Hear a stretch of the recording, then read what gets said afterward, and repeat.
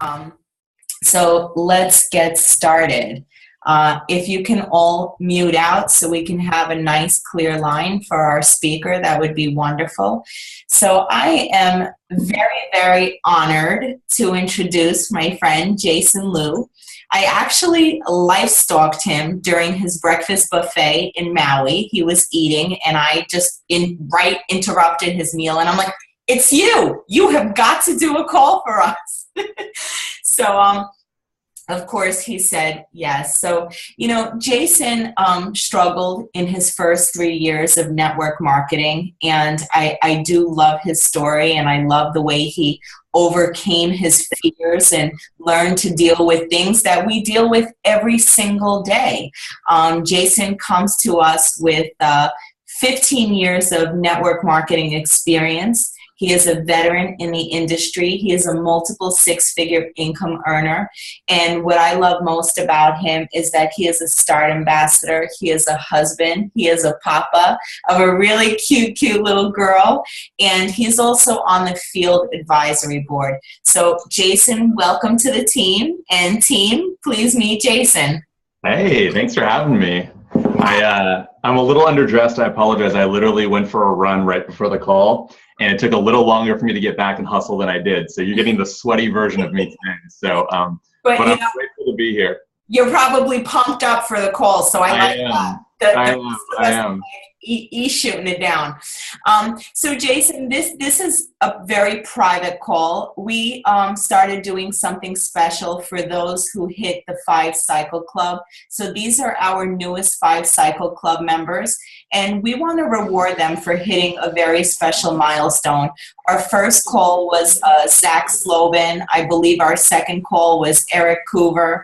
And, this is something that we want to keep doing for the team to encourage them and inspire them to really, really keep going. So I'm so honored that you said yes, and I'm so grateful to have you here supporting and educating and, just teaching some of our future rising stars. It's my honor. No, thanks for having me on here, and I'm excited. Awesome. So can you tell us a little bit about your journey? How did you start? How did you even hear about network marketing? So I got started in network marketing at 18. I was studying. I'm 34 now. I got studying veterinary medicine of all things, and I think I told the story on stage. But I thought I was going to play with puppies and kitties for the rest of my life. Like in a Chinese Asian household, you have like 3 options. You're either a doctor, an engineer, or a lawyer. So I said, of those 3 choices, being a doctor to animals sounded like the best choice. And so kind of growing up, that was always going to be my path. I was very book diligent. I had a hard time connecting with people. I was an only child. I was quiet. I was shy. I was introverted. It's all those things you don't look for in a network marketer. And essentially got to the University of San Diego and started looking at, okay, what would life be like? And suddenly realized that when I went in there and they did a neuter and a spay for a dog and a cat, I said, you know what? I'm done. I'm good. This is not where I want to be. And I'm 18, kind of wondering what the heck I'm going to do with the rest of my life. And I was lucky enough that my dad handed me Rich Dad Poor Dad by Robert Kiyosaki. And I think what was great about reading that book at 17 was it opened up my eyes to this idea of passive residual income, leverage-based income, finding ways to start a business. I just didn't know what I was going to do. And so when my friends kind of wrote me into going with them from UC San Diego to San Diego State or something like that, I said, sure, why not? And on the back of the chalkboard, they drew out a compensation plan for the first time. And this was like paging internet long distance service. This was dial-up internet access. So I know that kind of dates me a little bit, but that was the first product I sold. And that company eventually morphed into a nutritional company. And I spent 8.5, 9 years with that company. First 3 were really rocky. I think my biggest check after 3 years was around $350 a month. So I wasn't racking it in. It was a struggle. I think the hard part, I think everyone sees a lot of, you can control me, by the way, I'm going in tangents here, but I think a lot of people see the success of start age bracket, and they say, oh, I really want to tap into that network, which I think there's a lot of great things about it. But 22-year-olds are more worried about where they're going to spend their beer money than what type of health they're putting into their body. And so it was a challenge. And so I had to really get out of my demographic, had to find some people that life had happened to, where they said, you know what, I don't like this route. I thought this promotion or I thought this career was going to create something different. I'm not creating the finances or the lifestyle I want, and they wanted something different. So it took time to really develop a skill set to attract those individuals. And, shortly thereafter, I was able to build a six-figure income in that company, reach to the top, and I thought, life was going to be fantastic. And then shortly realized that I had made my bed with the wrong company, the wrong team, and kind of everything came crashing down. So 6 years ago, we found ourselves in a spot where we were scrambling to find a network marketing company. To be honest, I honestly didn't know, Angela, if I'd come back to the industry of network marketing. So we looked at 30 companies. I flew out to 8 before deciding on Isagenix. So that's kind of the short story. I know that was long, though. Yeah. I really, really love your story because you know what, Jason, not everyone comes into this and ends up like Lynn Hagedorn. Not everybody is like Jessica Rayner or so many of these other stories you hear. And sometimes hearing these stories, yes, it's motivational, yes, it's inspiring, but sometimes it makes you feel like shit. You're like, what the hell am I not doing right? I can't get off this 5-cycle hump, and I'm trying and I'm talking and I'm doing everything. So it's really important to highlight your story because I think one key piece is you didn't give up. Even 8 years in, you didn't give up. So what kept you in the game? Did you ever say, man, I'm not good at this. Maybe this isn't for me. All the stuff we tell ourselves, but something's different about you. Something kept you in this. And you're brilliant. You're brilliant. You could have done a million other things. You should have seen me years ago before all this. I appreciate it, though. I think the great thing about network marketing is, yes, it's an incredible vehicle to take you to where you want to go. I think the other side of why I love this industry so much is because it really holds a mirror up to show you all the great things that you do well in your life. It really highlights what you do well with, but it also highlights all the things that you kind of suck at as well. And in this business, you wear all those hats, right? You're the janitor, you're the accountant, you're the tax person, you're the person doing the recruiting, you're the person doing leadership building. I mean, yes, I know that we're a team, but it also highlights what you're great at. And then it also highlights and says, you know what, in order for your team to grow, in order for you to become, because I think leadership really gets back to your capacity to deal with problems. Like your ability to handle, the bigger the problem, the bigger impact you can make. Meaning if you can handle that challenge, the more people and the more lives that you can really touch out there. And I think leadership is that capacity to really deal with challenges. And so I think what network marketing does for people is it really allows you to step into that place where life's going to throw you curveballs. And I mean, for me, honestly, there were multiple times, I would say at least a dozen times, where I wanted to throw in the towel and just be done with it. I just was like, you know what, I'm gonna clean my hands, I'm gonna wash my hands of this, I'm gonna be out of it. But there was always something that kind of pulled me back. And I think the further I went, especially into this phase of my build of network marketing, 4 years ago, we welcomed my daughter into the world, and my wife and I were in a place where we really wanted to be full-time parents. Like I didn't want to miss out on the little things. I didn't want to miss out like on not doing diapers. I didn't want to miss out on like first steps and first words. And I was lucky enough to have parents that owned a small business. Like my mom and dad own a retail furniture store. And so I was either with them or at the store. And that's kind of how I grew up. And I said, I wanted that experience. And so I didn't know of another way personally for me where I could have that choice and that ability to build a business and literally, 5 feet down the hall, there's my daughter playing in a room, coloring and everything else, and have that balance. And so, we worked our tail off, and that was kind of the driving force that always recently kind of helped keep us in the game, even when it wasn't there. Even though, maybe the cycles weren't coming in or the bonuses weren't showing up or the money wasn't flowing, there was always that core that kind of kept us there. And that was for us. I think it's really important for everyone. You got to have something that's really pulling you. And I don't mean pulling you down. I mean pulling you forward, aspiring you to be better. And that's what it was for us. Yeah. So you definitely had a strong why. Did you have a mentor? Did you have someone in the beginning in your previous company that saw some greatness in you that said, no matter what, don't give up because you might not see it yet, but you're going to be amazing at this? Because sometimes I feel like as a coach, as a team leader, Sometimes I think I see more greatness in someone than they realize that they have in themselves. And what I try to tell everyone is it's our job as coaches, as leaders, is just to see the greatness in people and bring it out. Maybe somebody's an awesome enroller, super duper at connecting. Maybe somebody else is fantastic at writing copy on Facebook. Maybe another person, we've got Ed on the team. We call him the consultant making machine. That's our 5-star right there in the red shirt. He's like one of the only males on the team, so we tease him a lot. But did you ever have someone to believe in you and really pull out the goodness in you when you hardly saw any in yourself? Yeah, I think it's a double-edged sword. I mean, I had my fair share of really great mentors, and I was fortunate enough to have some people that kind of pushed me out of the nest. Like I said, I was really shy. I was quite introverted. I didn't want to get up in front of a room, and I had a mentor of mine that almost forced me. Like, I came into a room one day, didn't knowing that I was going to speak. And essentially, I was taking notes the week before, and the next week I was up in front of the room with the marker and the Sharpie trying to do a presentation on a flip chart board. And I had those experiences where it was done with love. Like, I was just nudged out of, or almost kicked out of the nest here, to kind of discover my own wings of it. And then there have also been times where I didn't have a mentor. I think in this industry, we kind of want you guys are blessed to have an amazing upline, an amazing mentorship team, but some of us, at times, we're not blessed with that mentor, or that mentor is not in our life, or they're not present as often as we want them to be. And I think there's something about taking responsibility of shaping your own mind, and sometimes searching out for that mentor, finding someone, even if it's not financially linked to you, that you can model, that you can pull those kind of like golden nuggets out of. And I think everyone has something to give. Everyone has something different to give.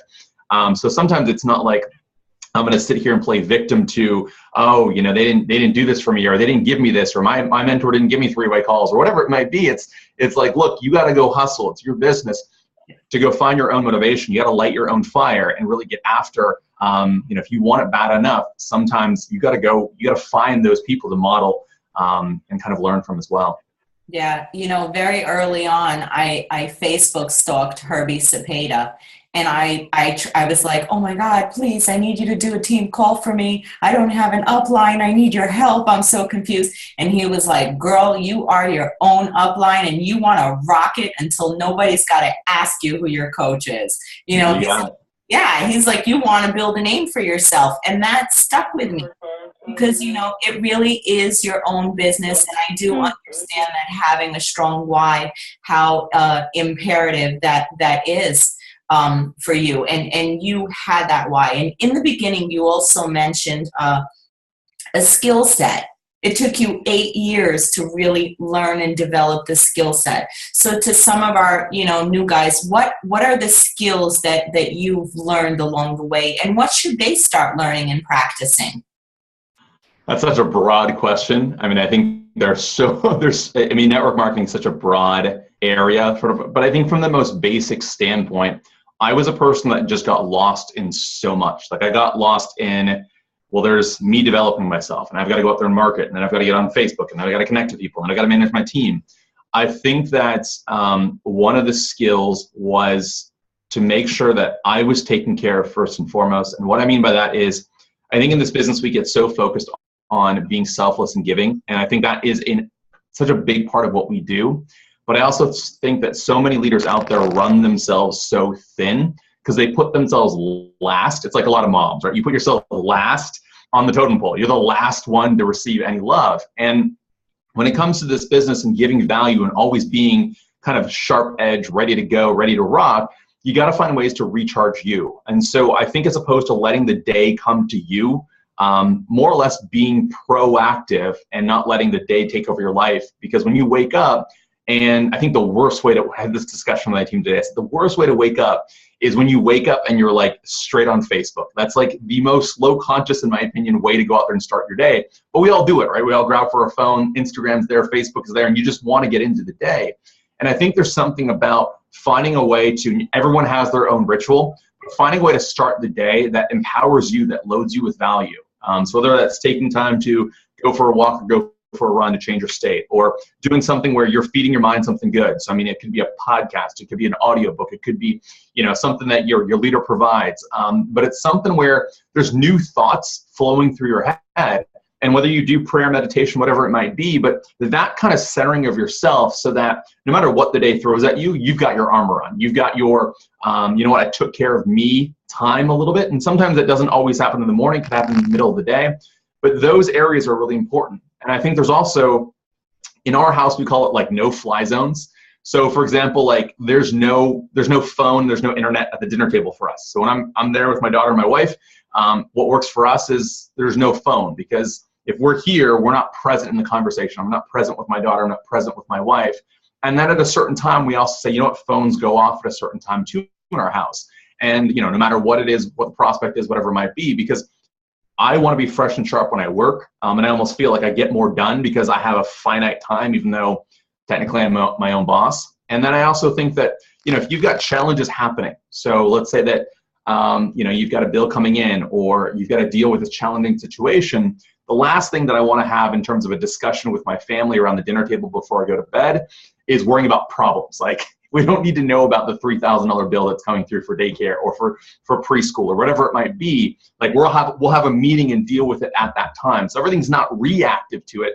You're almost like saying, we're going to deal with it here and here. So that way, before I go to bed, I'm not thinking about all those horrible things and worrying and stressing over it, and then it pours into the rest of my day. So I think one of the biggest skills was owning my own time first and foremost, which probably wasn't what you were looking for, but I think that really allows you to schedule then the time to prospect and to connect and everything else. So yeah, absolutely. I have on here the why. That's the biggest thing that we try to help people discover. And number 2 was time.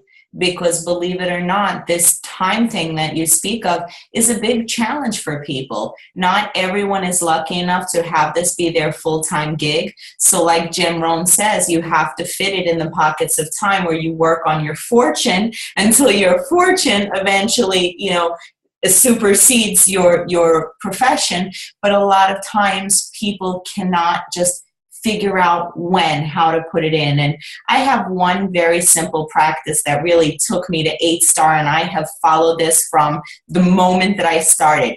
3 conversations a day. I got to share my story with 3 people a day. I don't care if I got to do it on Facebook or go to Walmart and make a friend. So what is your definitive, what's your rule of thumb in your business? That a practice that you follow every day like clockwork to really bring you the success that you have? Oh, you're on mute, Jay.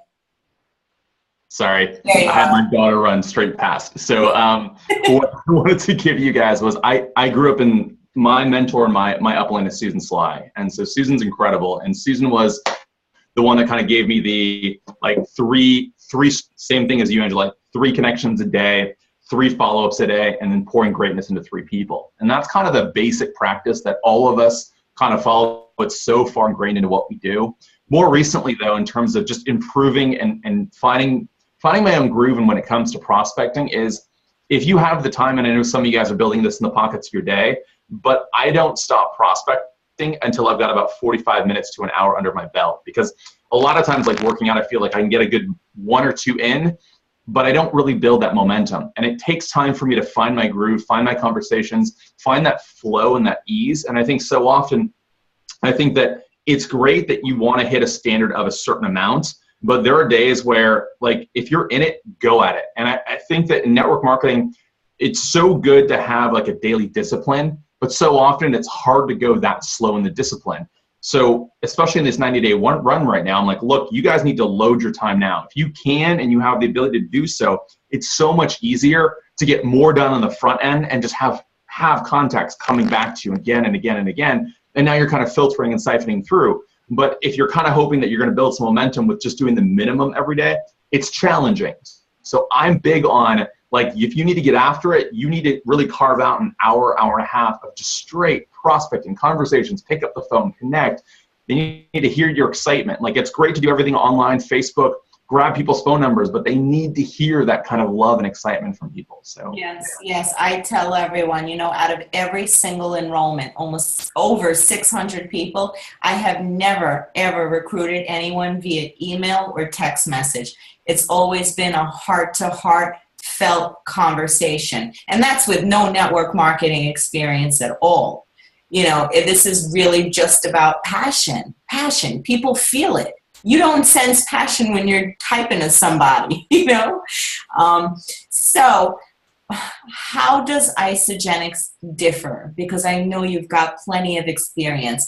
And you know what? It's funny. We have a girl who, the only one I've ever met, who said that she's actually did a side-by-side compensation plan comparison of 30 different companies before she decided on ours. And that's something you did. You're a rare person, but you really took the time, because you said, look, if I'm going to do this again, it's got to be the right time, the right place, the right people. So you did your homework. So these guys, for 95% of us, this is the first network marketing company we've ever been with. And Jay Bennett says, girl, you better praise God and kiss the ground that this is your first company. Jay Bennett's like, I sold pantyhose. I was in a company and sold pantyhose. So I want everyone to know how truly blessed they are that we found this here now on a first try. So tell us some things that really stuck out for you in terms of Isagenix, why this is the big kahuna. Sure. It's funny, I had a conversation like this just today from someone that's looking at this company from another network marketing place. And I said, there's really 5 areas that I looked at, and they were more in depth than just the 5. I went deeper down into it, but on the surface, it's 5. Like, we looked at management, obviously we looked at product, we looked at compensation, we looked at training, and the big one for us was culture. And that was kind of the end all be all at the end of all of it, was what was the culture like in the company. And I'll touch on that when that means.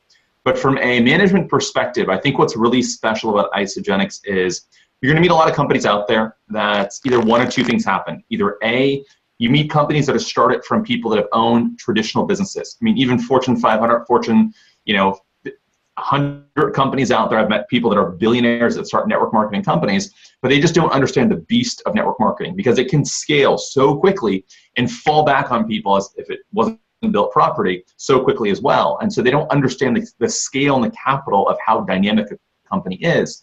And then you meet a lot of people that were on the front end of it, meaning they were like you and I, Angela, or like you guys on here. They were network marketers. And I think network marketers are great because they think they can do everything, which for the most part, if you put your mind to it, you can pretty much do anything. But they don't quite understand the amount of work that happens on the back end of a network marketing company until they step into that seat and they're like, oh my gosh, this is the hardest thing I've ever seen. And so you kind of find these companies out there that'll kind of spike and fall apart and spike and fall apart. It's just because they don't really understand the back end of what goes into a network marketing company. The truth is, what makes our life so amazing, what gives us the ability to have the time and the freedom and all these choices, is because there are people in Isagenix that we will never understand the decision making that they make. We're not going to understand the amount of stress they go through to figure out how to source all the different products that go into your Ionic Supreme. Like, it is nuts, the decisions they have to make in order to fulfill, let's say, 5,000 orders, 500,000 orders across the world right now, ship, receive, deliver, so that you get your brown box within 3 business days. Like, it is a ridiculous operation that they're running. And this is not a investor-run company. This is a privately run company by the Cougars. And so what I really love, and I'll repeat this because Warren Buffett said this, and I love this bit of advice he said, when I'm judging a company, when I'm evaluating a company, it's like, I will do my due diligence, I'll look at the numbers, I'll do everything. At the end of the day, I will sit down with the owners of that company and look them in the eye, and I'm paraphrasing right now. But what he said was that if I look them in the eye and they love the money more than the business, or do they go out there and love the business more than the money? And if they're that person that really loves the business more than the money, I will always invest, and my goal is to invest and then get out of the way. And I love what he said there, because so rare is it that the management team loves the business more than the money. And that's only because, and this is my belief, not Jim and Kathy's, but because Jim was on the back end of network marketing companies for 30 years, was a CFO of a company that went from $0 to $1 billion in 18 months. And he understands how dynamic they are. Kathy, on the other hand, was a network marketer, much like us. And she hit 7 figures in 3 separate network marketing companies and then had them all collapse on her. So what they understand more than anything is what's always most profitable for the company may not always be what's most expedient or profitable for the field. In fact, more often, what's most profitable for the company is to slash the product and cut the compensation plan. And Isagenix has one of the lowest margins in terms of what the company takes in order to build profit for the company. Jim and Kathy really love the industry. They also understand the responsibility they have to the hundreds of thousands of people that choose to make this their living. And their goal is to never let those people down. Now, everyone's human. Are they going to make mistakes at some point in time? Absolutely. But the truth is, what we looked at was, what are the values of those people? And if you match the values of that management team, even though you're not going to understand every decision that they make, who they are, who they hire, who they bring on, it permeates through the organization. And that at its core was such an important part of me making the decision to come here to Isagenix, was that management team. I can go into compensation, but Angela, do you want to stop me at any point in time? Do you want me to just keep running here? No, I have goosebumps. I mean, listening to you talk, because I feel I felt what you feel about Jim and Kathy. I felt it, I sensed it, and I knew it from the get-go that they were real people committed to this. And, Jim growing up as a chubby kid, he was invested in health and wellness. He's been doing this since the 80s. He's also brilliant. Yep. And Kathy is the matriarch. She's the mama. And, getting to spend time with them and just getting to know them and seeing how loving they are. And when they say that they are creating a legacy company, something that's going to be around for our children's children's children, you feel it.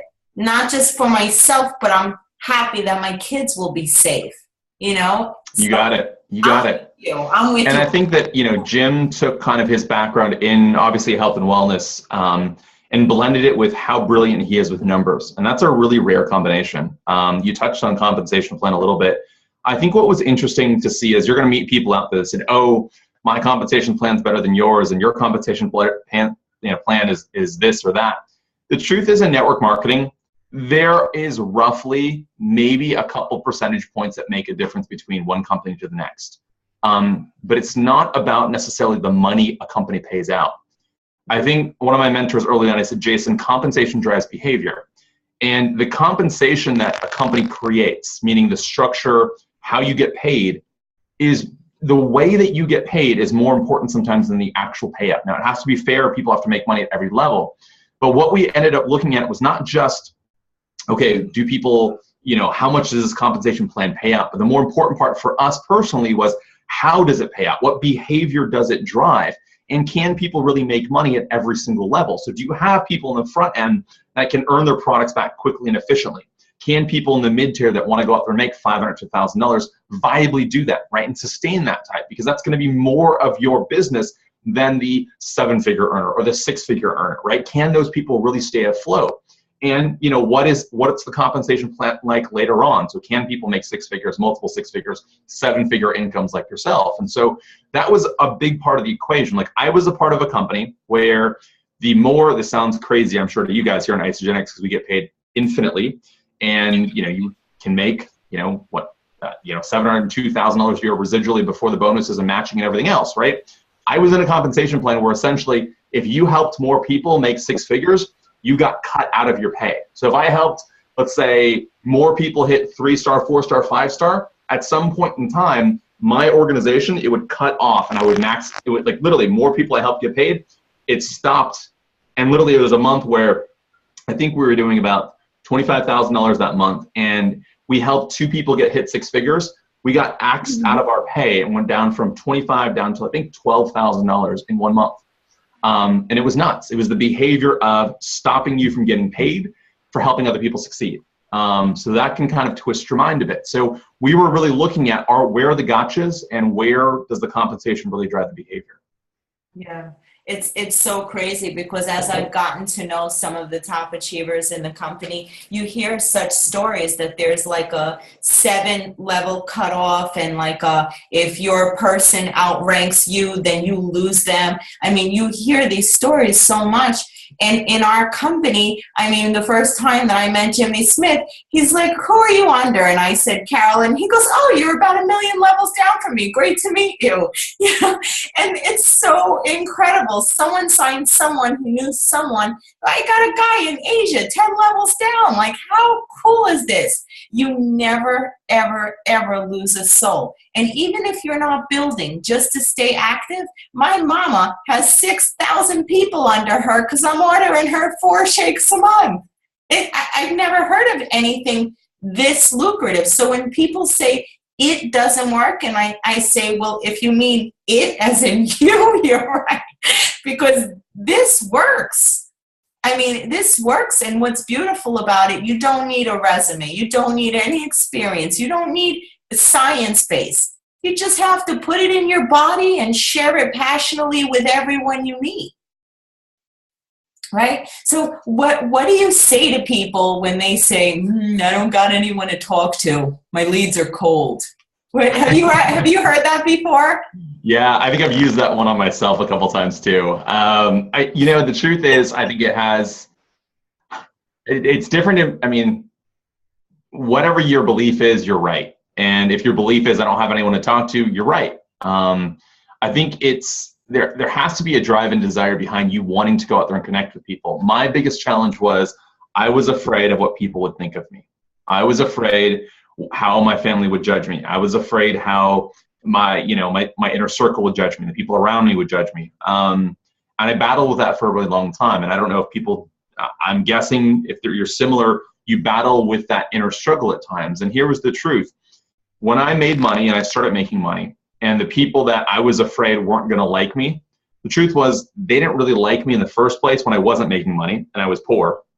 And when I started making money, guess what? They didn't like me even more. And you think that when you make money, everything's going to change. People are going to love you. People are going to come out and cheer you on even further. And the truth is, you're going to be you. And there are going to be people that like what you do, and there are going to be people that don't like what you do. And I think the truth is, sometimes we're so afraid to mess it up.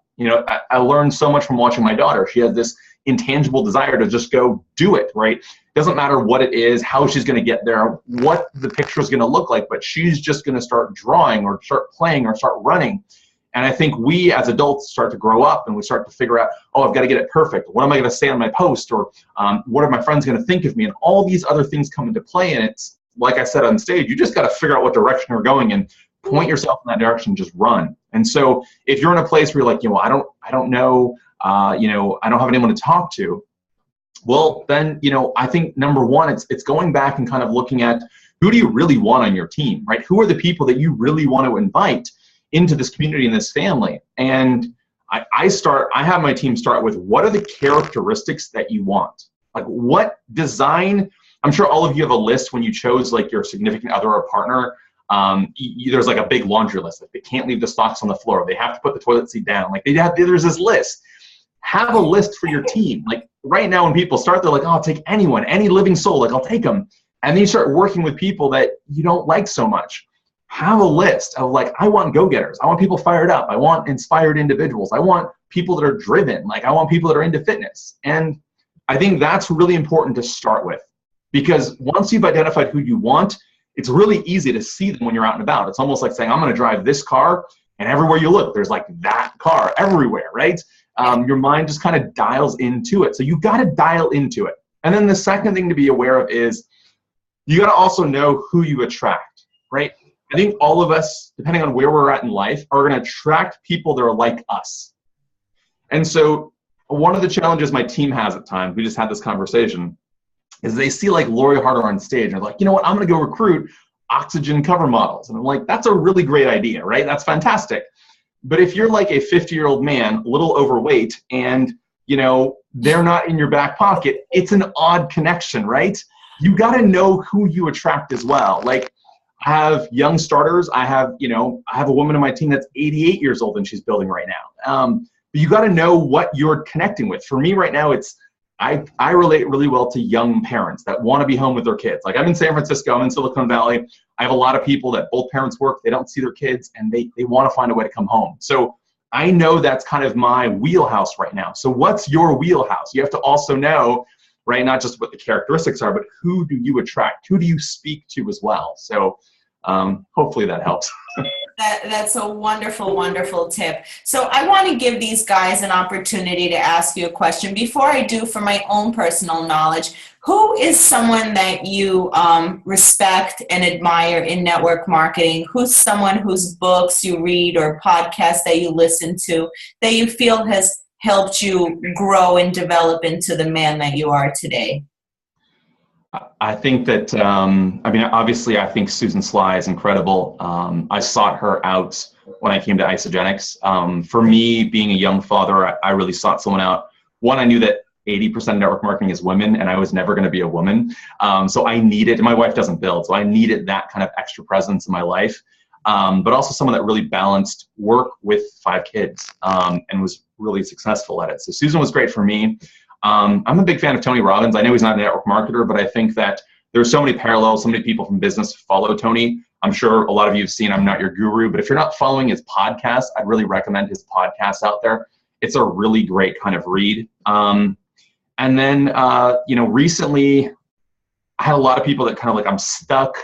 I keep hitting this plateau, and you guys can judge what your own plateau is. And I think sometimes people get on their own head at times. And so one of the recent books I really love right now is Byron Katie, Loving What Is. And what I love about Byron Katie, and especially her audiobook, it's a lot like Tony, where she'll do interventions, people that have had horrible things happen in their life. But what she gives people are 4 questions. And what I love about it is it allows people to always go back to these 4 questions, journal and write. And more or less, they can self-diagnose at times. And I know that's kind of a dangerous word to say because sometimes you're in your own head, but it gives you the ability to work through your challenges, not just turn it over and hit your head against the wall, because we all hit that plateau at some point in time. So I think for me, Susan's been great for me personally. Tony Robbins, then obviously Byron Katie recently, in terms of if you hit that wall, hit those problems, that's a great one for me. Thank you. And I have Rich Dad, Poor Dad playing in my car 24/7. And I hope that as opposed to Justin Bieber, something will stick in my children's minds and rub off, because it's an amazing audio book. It's everything. Because I had a rich dad and a poor dad, and it really resonates a lot with me. So thank you for sharing that. I would like to open it up to you guys and congratulate all of you on hitting 5 cycles and coming this far. And I would like to give you guys an opportunity. We have maybe 5-7 minutes left to ask Jason a question. I see Michelle. Don't be shy. This is your opportunity to learn from a master, someone with 15 years experience. So no question is a bad question. And I'm sure if you're thinking it, so are the rest of us. So take it away, Michelle. Awesome. Thank you, Jason. I was so excited to have you on the call. I took so many notes. Absolutely awesome. Thanks. My question for you is, do you use lead generation, or do you find that you do more personal connecting in social media? Yeah, I've messed here and there online with lead generation as well, and I don't think it's a bad skill to learn. It's not what I'm telling my team to go figure out right now. You're always going to have, I think, side projects that you just have fun. If it interests you, go after it. But I think in terms of primary connection for me, a lot of it's my personal connection. So developing relationships, even on social media, is fantastic. Again, I think it goes back to knowing who your ideal target is, and it's like if it's network marketers, if it's moms, if it's whatever it is, I think finding ways into those groups and making connections with those types of people is, in my opinion, always great, because they get to know you and you can take it offline as quick as possible. So, I think we have a goal right now in our group that we're going to add 15 new friends to our Facebook network or social media network a week. So that's 2 a day, right? So you can make the connections online, you can make them face-to-face. But most of mine personally, like the new relationships I'm building right now, I just sponsored a guy. He literally was my checker, like the guy that checked me out at Target.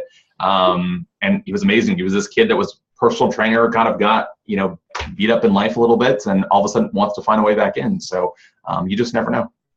I love it. Thank you so much. Thank you for asking. That was a super question, Michelle. And I love this profession because we really are life changers. Can you imagine the boy at Target? How freaking lucky is he that this guy walked in? Are you kidding me? If not for him, he might have been a target for the next 5 years. So lucky him. Who else has a question for Jason? Don't be shy. This is your opportunity. He's also on the field advisory board, so he knows a lot of ins and outs. You guys just had a meeting, I think 2 days ago. Very, very hot meeting. How about you, Ed? Jason, when are the pumpkin shakes coming out? I don't have the goods on that, and even if I did know, I'm actually signed and sworn to secrecy on that one, so I can't give you that one, Ed. Good try. Damn. I had to try. Yeah. Could you talk to the team, maybe a little, your input as far, and maybe, you don't have this, but I see in our organization, our downline, people start or people think that they have a better way. They don't need to follow the systems, use the tools. I mean, this is my first network marketing company, but I've been around the ringers with plenty of careers. And the tools and the access that we have is so incredible here. I sometimes don't get why people don't want to use what's offered to them. And Susan Sly has her own system. I believe it's the 8 steps to launching an associate. So do you promote that everyone on your particular team use this system so that it's simple, it's duplicatable, and they don't have to reinvent the wheel? Yeah, I think every group has their kind of own. I mean, Jay Bennett has his own. I mean, Hayden and Emily Bolivar have their own. Zach Mead and Slobin have their own, but they're all variations. And I think that the challenge is, in a perfect world, everyone would run the system. Sometimes when people come in, no matter how you run it, how perfectly and tight you run the ship, sometimes people are just going to veer off. And I like to call them teachable moments, but sometimes people just have to fall down and smack their head in order for them to wake up and realize that there might be a better way.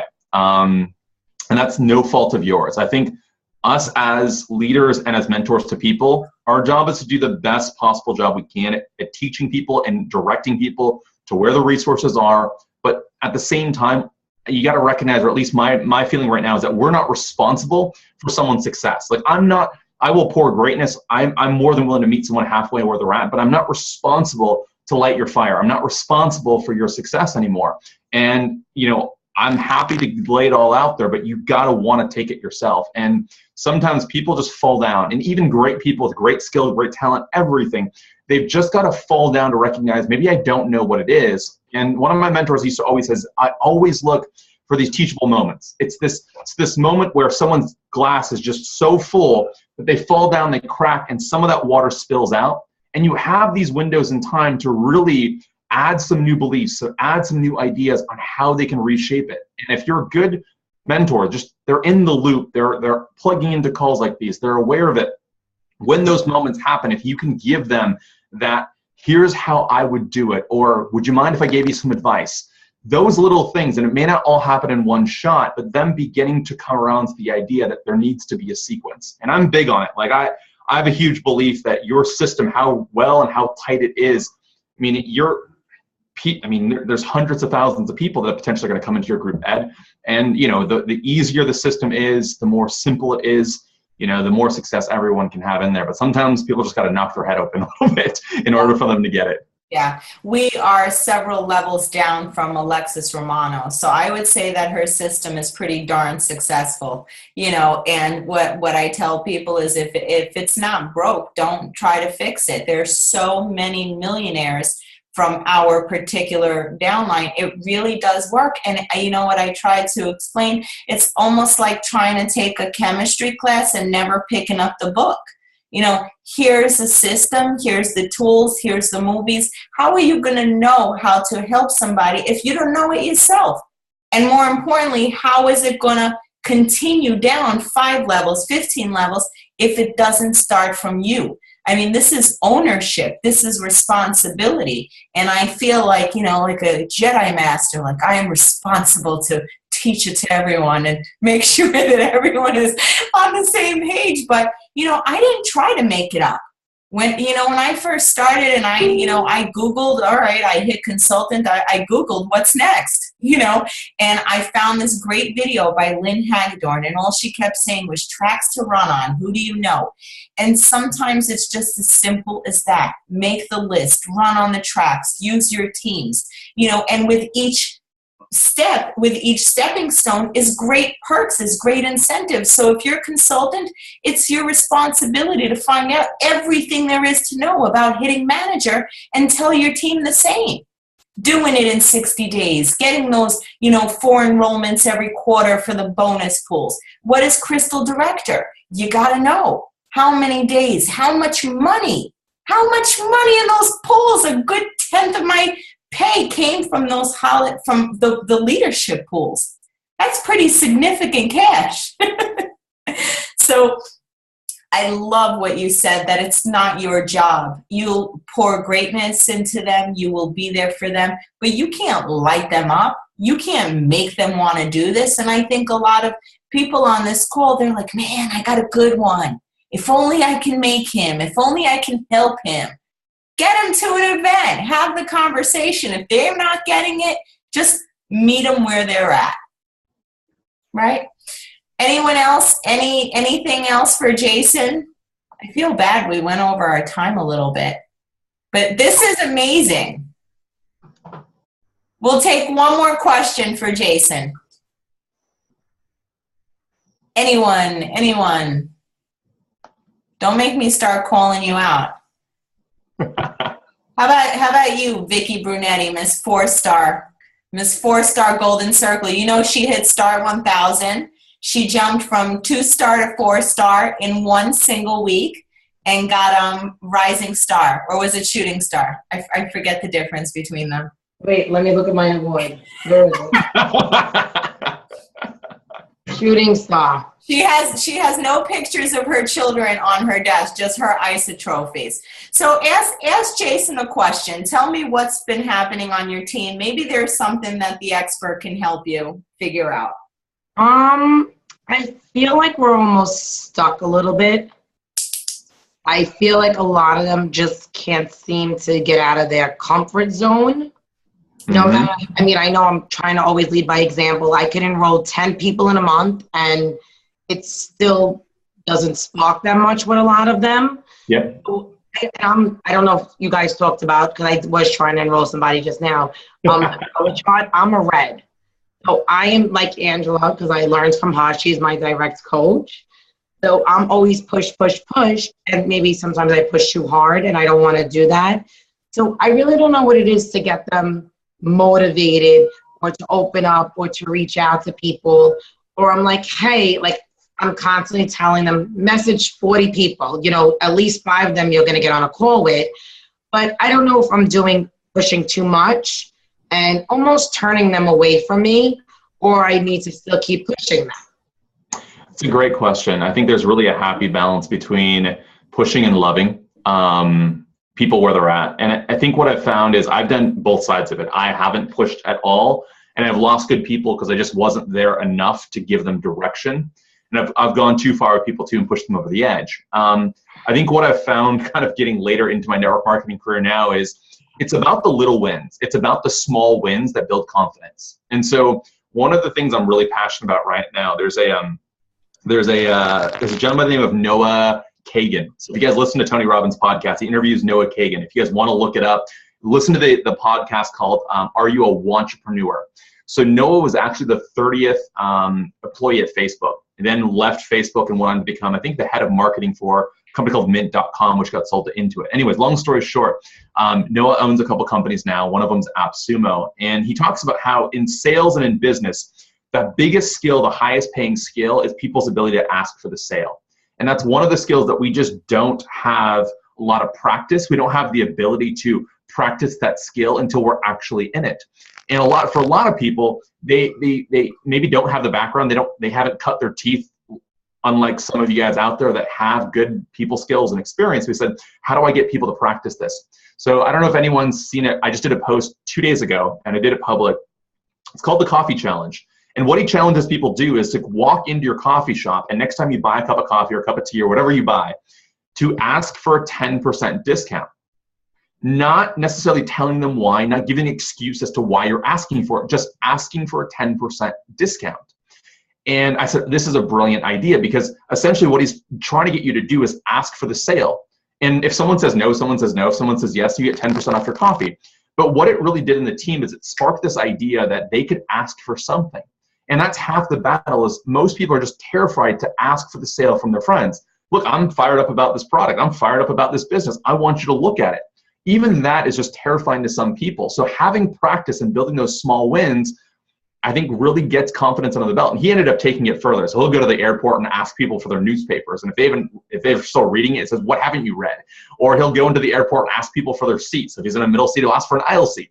But the whole point is not for like taking stuff for people or, you know, asking for something, but it's getting that practice in. So we did this with the group, and honestly, people are coming back saying, oh my gosh, people that have been in the industry are like, I'm terrified. It was so scary. Some people are coming back like, I can't believe I got a discount. Like, I feel so weird about it. But it's this isolated bubble where you can have a conversation and people can build some wins. And I said, okay, now let's go back and I want you to go ask some friends for the sale or have them check out information. So that was kind of a long story here, but hopefully that gives you guys That's great.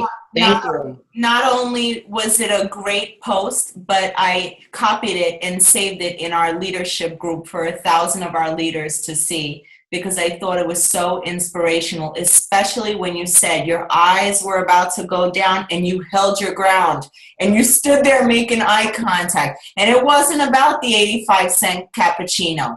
It was about having the cojones to do it, to put yourself out there, own the situation.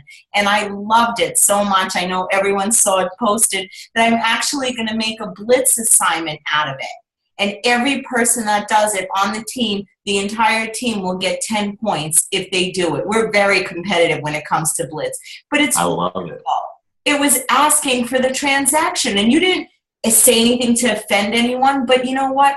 That courage, that oomph, that's what I see in leaders. I see a certain strength. They're not shaky. They're confident when they present. They believe in this so much that they are unbreakable. I mean, somebody says something bad about Isagenix, I'm like, you better check your head, you know, because that's how strong I stand. And if we can get everyone to stand that strong in those beliefs, in the comp plan, in the company, and all these things that you've taken time to do homework on, if we can get people to feel that strongly, I think their posture and their attitude would be completely different. And I loved that you did that. Took a lot of guts. Thank you. So if you guys have anything else for Jason, now is your chance. Otherwise, we are going to unmute. Everyone unmute. Let's give a big thank you, a big shout for taking time out, for being on with us, for really just giving us your heart and soul. They couldn't have picked a better ambassador and a FAB member, and I feel confident that you are representing us very, very well to the team, to the corporate team. It was my honor. It's my pleasure, guys. And you guys are really, really lucky to have such a great leader and mentor that's trying to do her best to, you know, add as much value. I'm honored to be on here tonight, guys. So thanks for having me. Thanks for, you know, letting me be a part of this small little tribe. And you guys are fantastic and awesome. And Thank you. I want to learn from you guys too. So thank you. Let's give Jason a big Appreciate it, Jason. All right, guys. Thank you so much. My pleasure. All right, everyone. Have Have a great night. wonderful Thank you. night. Good night. Thanks, everybody. Good night. That was great.